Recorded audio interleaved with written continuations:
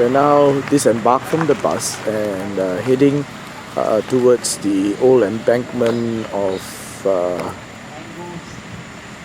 Johor Lama. Got rooster. Where? Yeah. Oh yeah. What sound does a rooster make?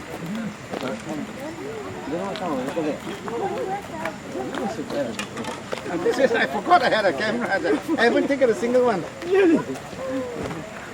No, I want to take the estuary. Huh? Yes. What is the Malay word for?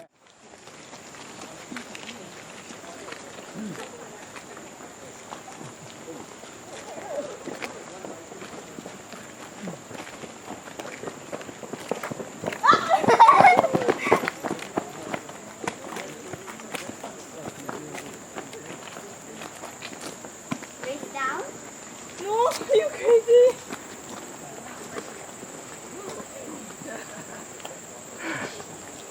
Oh, there's got a car. Why you take it?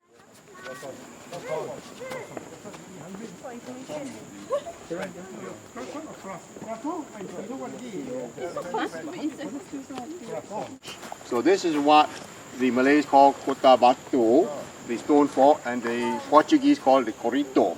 Yeah. So you can see here that it's earth, and then there's a foundation of coral, and somewhere there was a wooden stockade around here.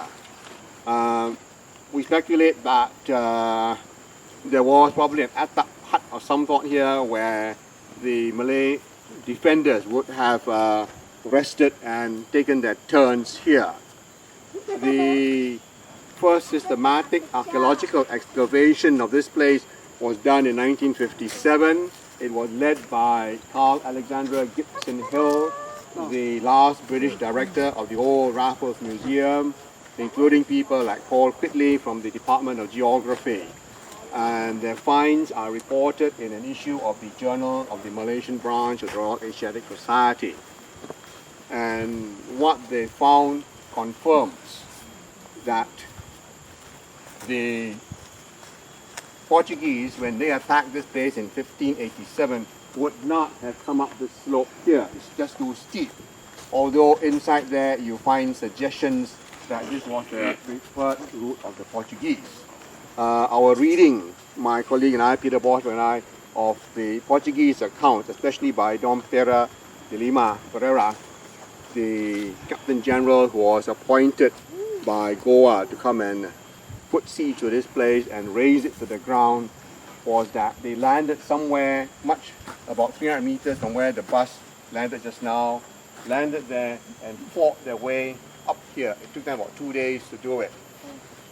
But before they got to this point, the Sultan had already withdrawn into the jungle, so they were able then to raise this whole place to the ground here. And Dom Lima de Pereira makes it very clear that he was grateful to God because he wasn't sure that he could have accomplished his mission. He was then already very tired, very exhausted already. And the 1963, the Malaysians engaged the American archaeologists Wilhelm Solheim and Ernest Green to do a reconstruction. So this reconstruction you see here was done in 1962-63. And the last 3 years, the Malaysians have taken an interest and did excavation in that area there, hoping to find the traces of the Istana, because we suspect that the Sultan probably stayed somewhere around here, the highest point, the most strategic point. After they completed excavations, they built a little information center which you can all go to and wander around. I think they require you to take off your shoes before you do go in. Yeah. So this is the state of where we are with Johor Lama, our knowledge today. That it was a major trading center of the third Johor Sultan from 1540 to 1587 here. And it was a thriving trade center from the amount of ceramics found. The issue then is, was there earlier settlement on the Johor River? The assumption here being that since this place was strategic in Singapore, somebody must have settled here. So you have an earlier generation of scholars like Han Tai Wo, Su Yan Jiao in Singapore, who in the early 1950s came up here looking, and they found pieces of Han shards and argued that there was some sort of a Han presence in this area here. And this is like arguing that, well, just because we find a few Han shards on the Spratlys, therefore there was Han dynasty. Yeah, Han what? Han Shots. Shots. Because you find a few Han shards on the Spratlys, therefore there's evidence of Han administrative control of the South China Sea, which is for most archaeologists a gross misuse. But anyway, with regard to Han Tai Wo's finds, the patterns on those earthenwares are replicas and used, very common in the region of Malay ceramics here. So there were certain patterns of use of ceramic shards that continued through the centuries. The British on their part, a man named Gardner in 1932, came wandering up and down and found beads, small little beads, which were dated to the era of the Phoenicians. Does that mean the Egyptians and the Phoenicians are trading here? Well, that was the argument, an assumption. But I think the reading today more accurate is that these beads were highly mobile objects used for hundreds of years after they were made. So they are not evident. There is a very rich bead trade in the area. And that is their land. The archaeologists were working in the River and found. And what it indicates more is that in the 15th century, there's a very complex intra-Asian trade going through the Johor River, trading in beads, some of which we know that Phoenician, others of more recent origin. So again, this is evidence that there was a very rich, complex trade coming through this area of the Johor River at that point of time.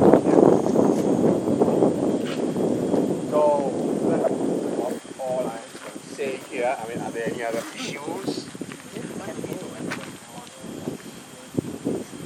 The Dutch, the Malay Sultans had cannons. They had got them from the Ottoman Turks. They also had firearms. And the Portuguese guy, the Captain General Pereira, estimates 80,000, although I think there's one too many zeros there. But clearly, the Malay forces were a formidable group defending this area here and almost blocked the Portuguese achieving their mission here.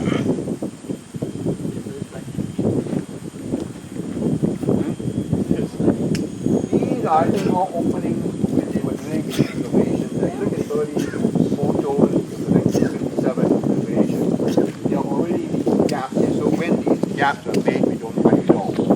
But here, this style of Malay fortification is not new.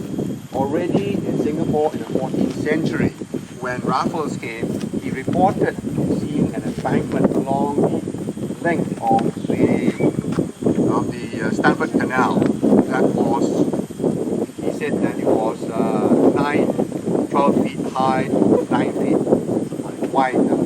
So, suggesting that already in the 14th century, the Malay rulers, chieftains, had the ability to build fairly formidable fortifications